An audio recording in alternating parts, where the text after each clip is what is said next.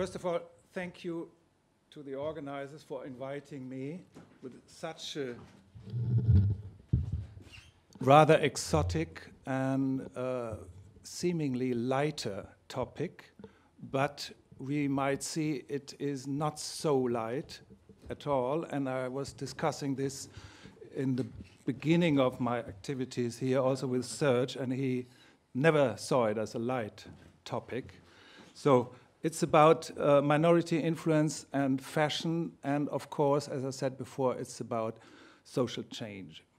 In the early 80s, I was working in Heidelberg with Karl Graumann, which some of you might know, and I was working on the psychology of language, and I was doing experimental work and so on, but I was at the same time very interested in youth subcultures, running out there in the streets, doing crazy things, and behaving against power and majority, both in behavior and in appearance. And I wanted to understand what it is all about, and I had some ideas on a semiotic level, what were they doing in terms of signs, this keyword bricolage was there, and so on. And I wanted to bring this phenomena together with concepts and evidence from social psychology, which I think hasn't done before.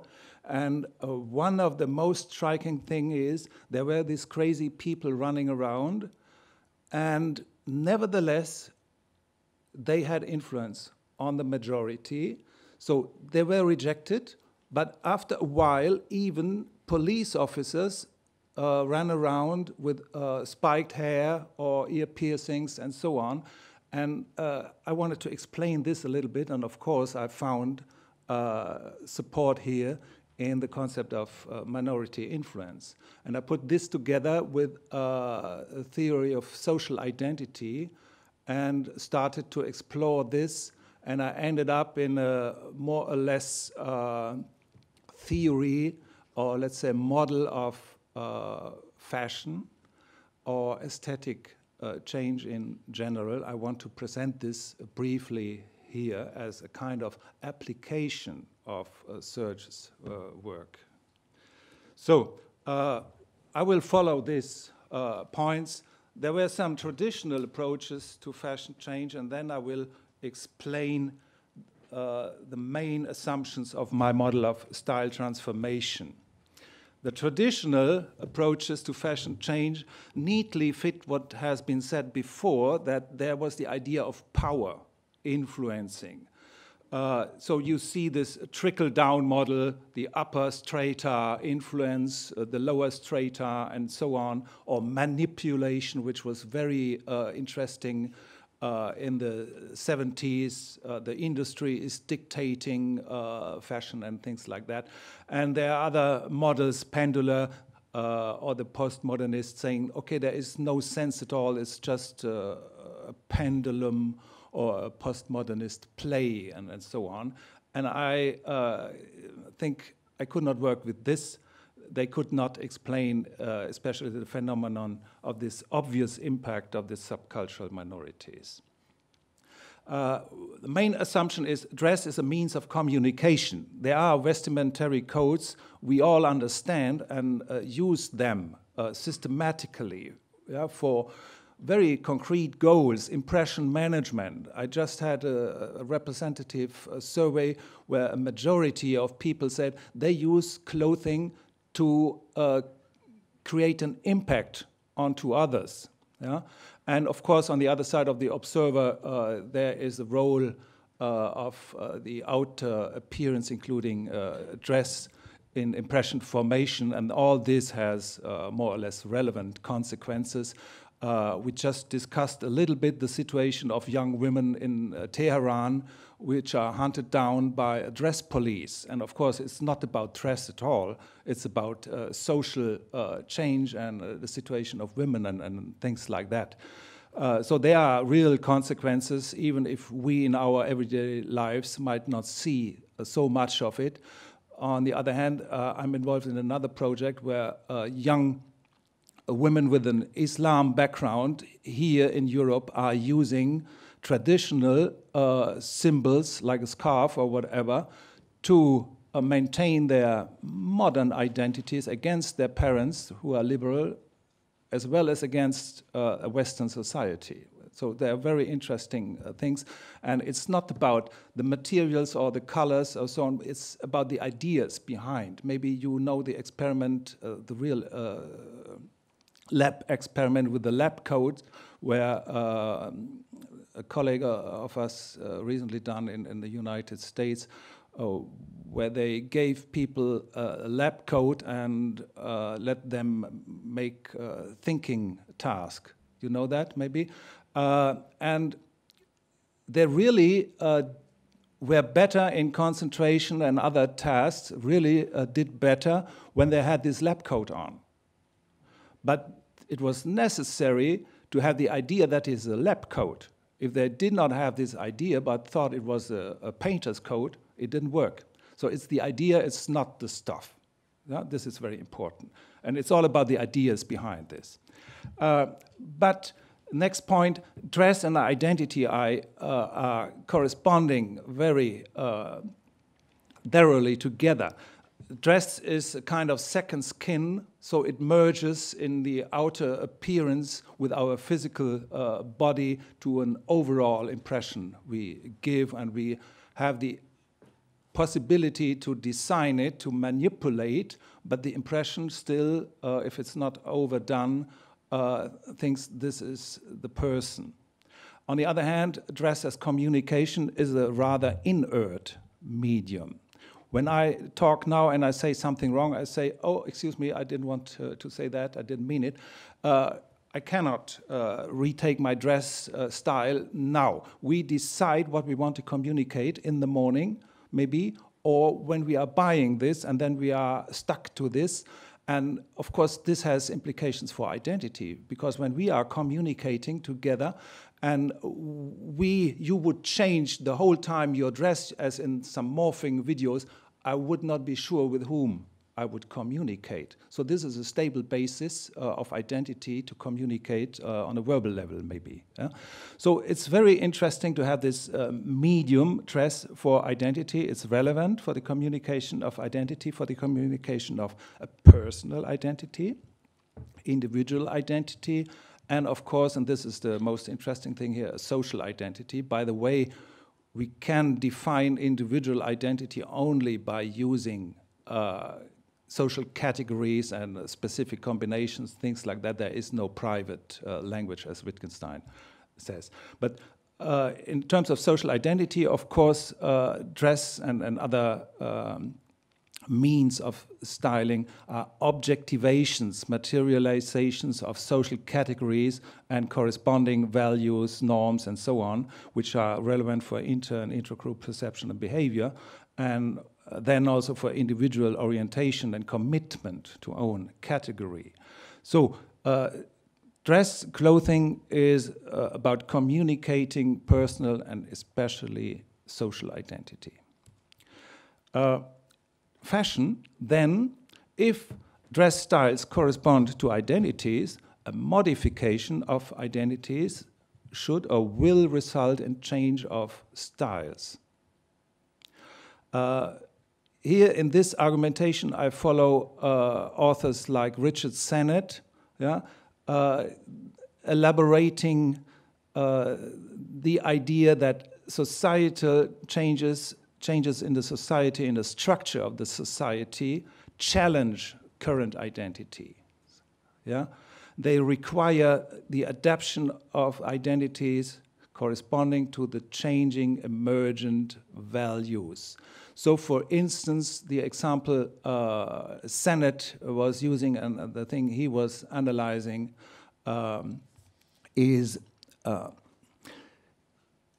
in former times, society, especially the organization of labor, allowed you to have a degree, a specific qualification, and that's it, and you had your diploma and you could live on that for 30 years. with the changing world of labor, this is not so much worth anymore, because the profession you have learned, the technology you have used might be gone tomorrow, very soon. So what you can promote is not your specific skills and so on, but your personal potential to do anything, a more general potential, to be flexible, individual, authentic, which has a lot of consequences, a blurring of the personal sphere and the professional sphere, and the permanent selling and things like that. So identities are challenged, and we have to adapt our identities. We are urged to change our identities, and some of us may see it as a chance to get new identities. We could discuss this long and long. It's very interesting, but to keep the time, here the assumption is that new identities can be tried and displayed in new styles. Yeah? If the change calls for change of identity, and identity is corresponding to style and vice versa, you have to change your style too, as a symbolization and so on. And in my understanding, there are certain groups who are predisposed to be innovators in styles, and I mean real innovators, not just any pop stars who are displaying something. And these are social groups who are, in this logic, experiencing these identity challenges earlier and more intensely than others. Plus, they are having a disposition for expressing this in style, including dress style. It's about music, it's about other cultural practices, and so on, of course, too. In history, there are examples, the famous cocottes here in Paris. I don't know if you are familiar with that.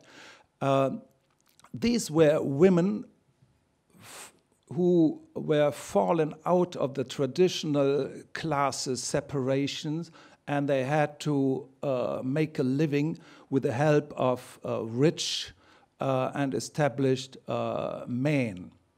And they played a very strong pivotal role in the founding of fashion as we know it today. The first fashion creators were working for them.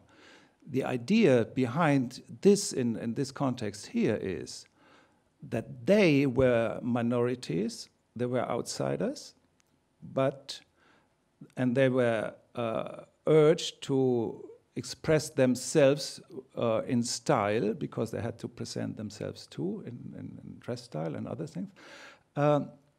But they stood for something the whole society had to go through later on, because they stood for the change from the primacy of origin to the primacy of individual achievement.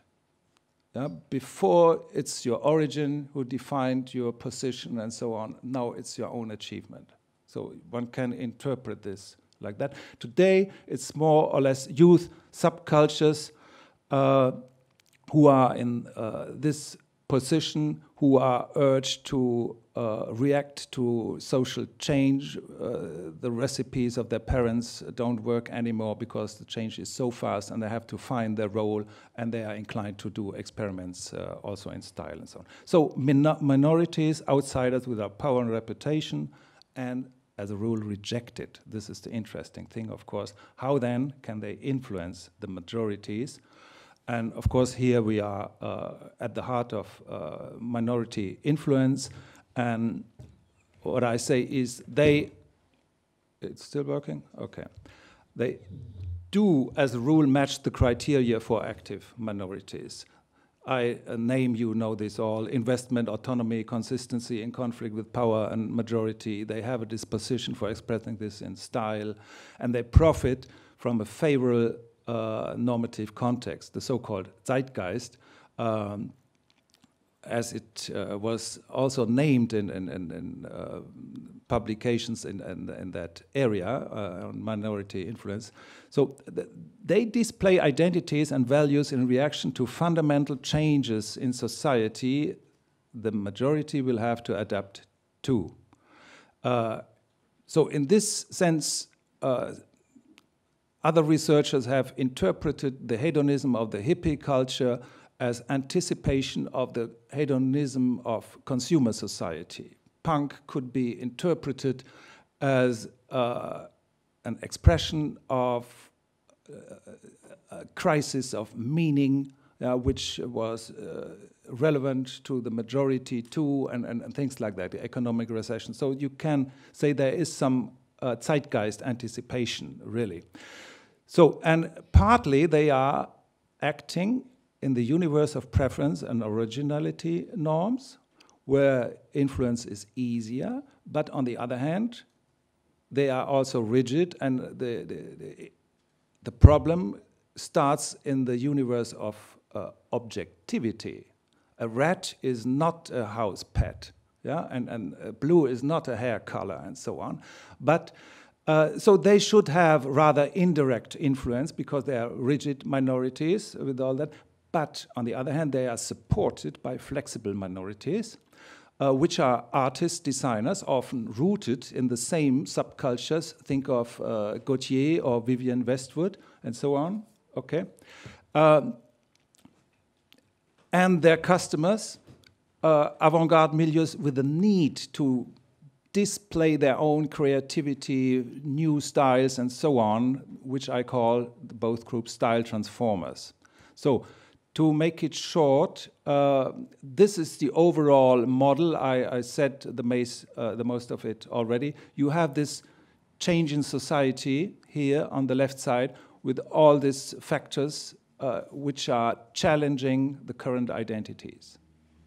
And you have on the level of lifestyle, the youth subcultures here, the innovators who are reacting to that.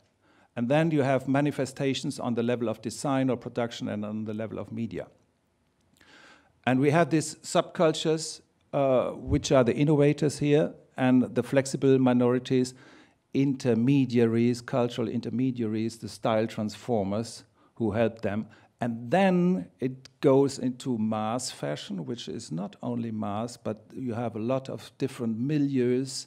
First, there are some social climbers thinking, oh, there's a new symbol associated with status and prestige now because these famous media guys are showing this and so on. So it's adapted to the values and norms of each milieu until the end, and then the circle might start again. I come to the conclusions to stay in time too. So what I want to show here is minority influence plays a pivotal role in this style transformation. And the very interesting thing I find here is fashion is often criticized as meaningless. It's just something here and there. It doesn't mean anything. But in the light of this model, this meaninglessness is necessary because you have to detach the new styles from the source, which is rejected. And only by the translation into, oh, it's not meaning I'm provocative, I'm obscene, it's meaning, it's fashion, it's modern. Only by this transformation, the majority can adopt these new styles. And so, because it's related to identity and adaptation to new values and so on, fashion, even in this meaninglessness, plays a relevant role in society. Okay, I stop here. Thanks a lot. Maybe more in the discussion.